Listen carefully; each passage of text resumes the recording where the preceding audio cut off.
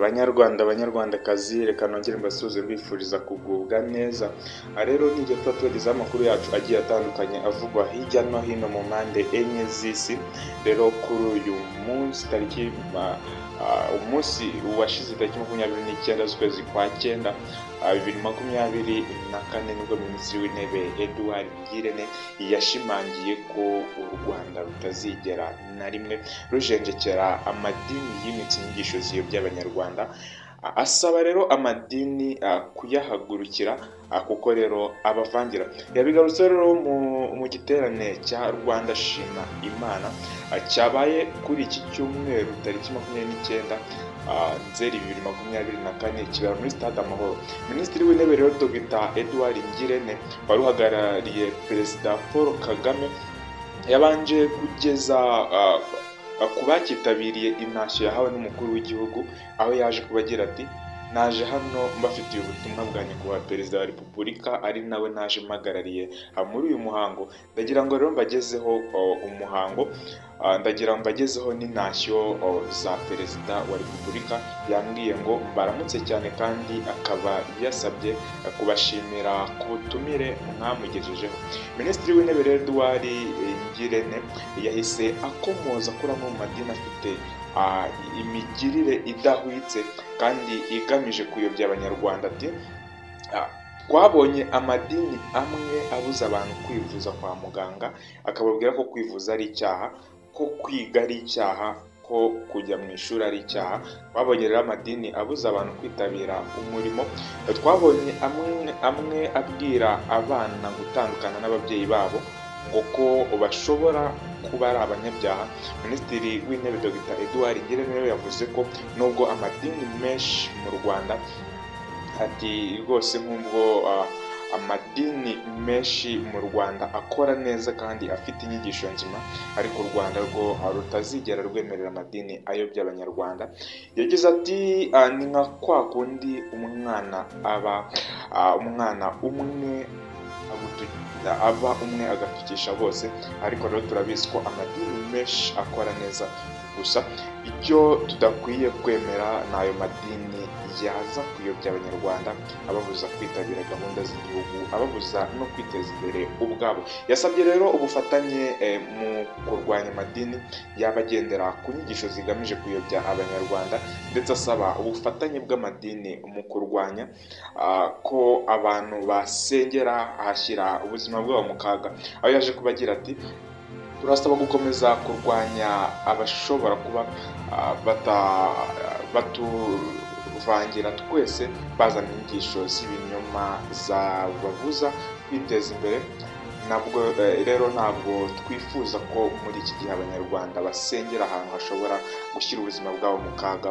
Niyo mpamvu rero dufatanyije namwe muzadufasha kugira ngo iyo myumvire ihinduke, abantu bahurire ahantu hujuje ibisabwa. Rero mu masengesho azwi nka National Prayer Breakfast, Perezida Paul Kagame nawe yashimangiye ko u Rwanda rwanyuze mu mateka akomeye, rudashobora rero kwemerera ababonetse bose gukora ibyo bashatse. Icyo gihe yagize ati: ntabwo abantu banyuze mu bintu nk'ibyo twanyuzemo twaha urubuga ibibonetse byose. Guverinoma rero yasabye abanyamadini gukomeza ubufatanye muri gahunda rero zinyuranye zijyanye n'iterambere, nko kurwanya ubukene, igwingira ry'abana no gukoresha ibiyobyabwenge by'umwihariko mu rubyiruko. Aho yaje kuba ashimangira ko guverinoma y'u Rwanda ishima abagize uruhare mu gutegura icyo giterane, kugira ngo rero hashimirwe intambwe igihugu kigezeho cyiyubaka. Ahamagarira abanyamadini kugira uruhare mu ishyirwa mu bikorwa bya NS2. Ati: turashima umuryango Peace Plan wateguye uyu munsi wo gushima Imana kubw'imyaka 30 y'iterambere ry'u Rwanda. Tubashimiye ko rero mwabaye abafatanyabikorwa, kandi twizeye ko muzadufasha no gushyira mu bikorwa icyiciro cya kabiri cyo kwihutisha iterambere cya NST. Rero yashimangiye ko amadini ari umufatanyabikorwa mwiza wa guverinoma ry'u Rwanda mu ngeri zinyuranye zirimo gutegura umuryango utekanye kandi ushoboye, iterambere rirambuye ndetse n'imibereho myiza. Umushumba rero wo mu itorero rya Eglise Vivante, Pastor Senga Emmanuel wigishije ijambo ry'Imana, yashimangiye ko iby'Imana yakoze bikwiye gutuma abanyarwanda bashima, ari byiza, birimo no kuba yarashoboje ingabo za APF kubohora igihugu no guhagarika jenoside. Yijeje rero ko bazakomeza kugira uruhare mu gusigasira ibyo u Rwanda rumaze kugeraho, ariko rero yizeza ko mu myaka 30 iri imbere u Rwanda ruzaba rugeze kuri byinshi byiza kandi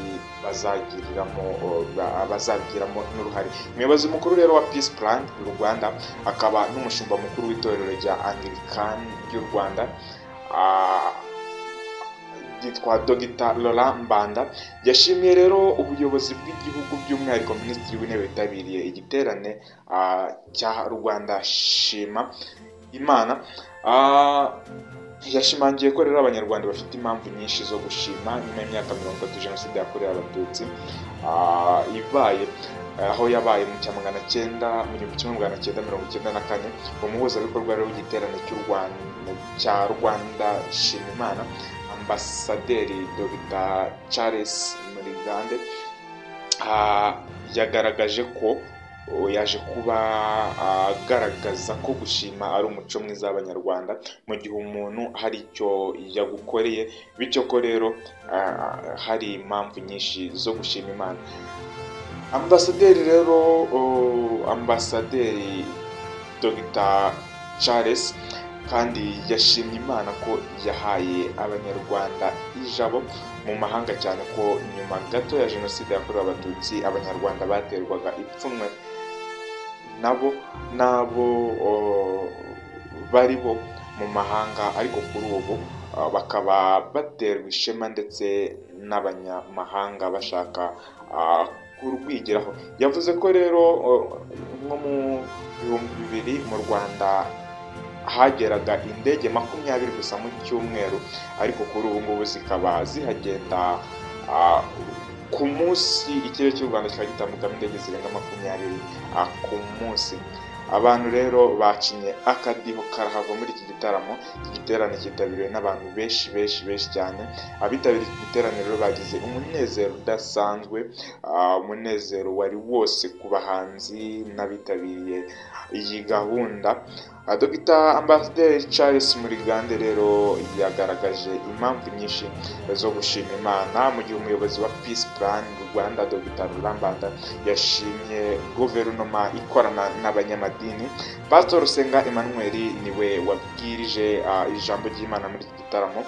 Minisitiri w'ubutegetsi bw'igihugu Musabyimana Jean Claude, Minisitiri w'Intebe Dr. Edouard Ngirente na Laurent Mbanda bose babitabiriye iki gitaramo.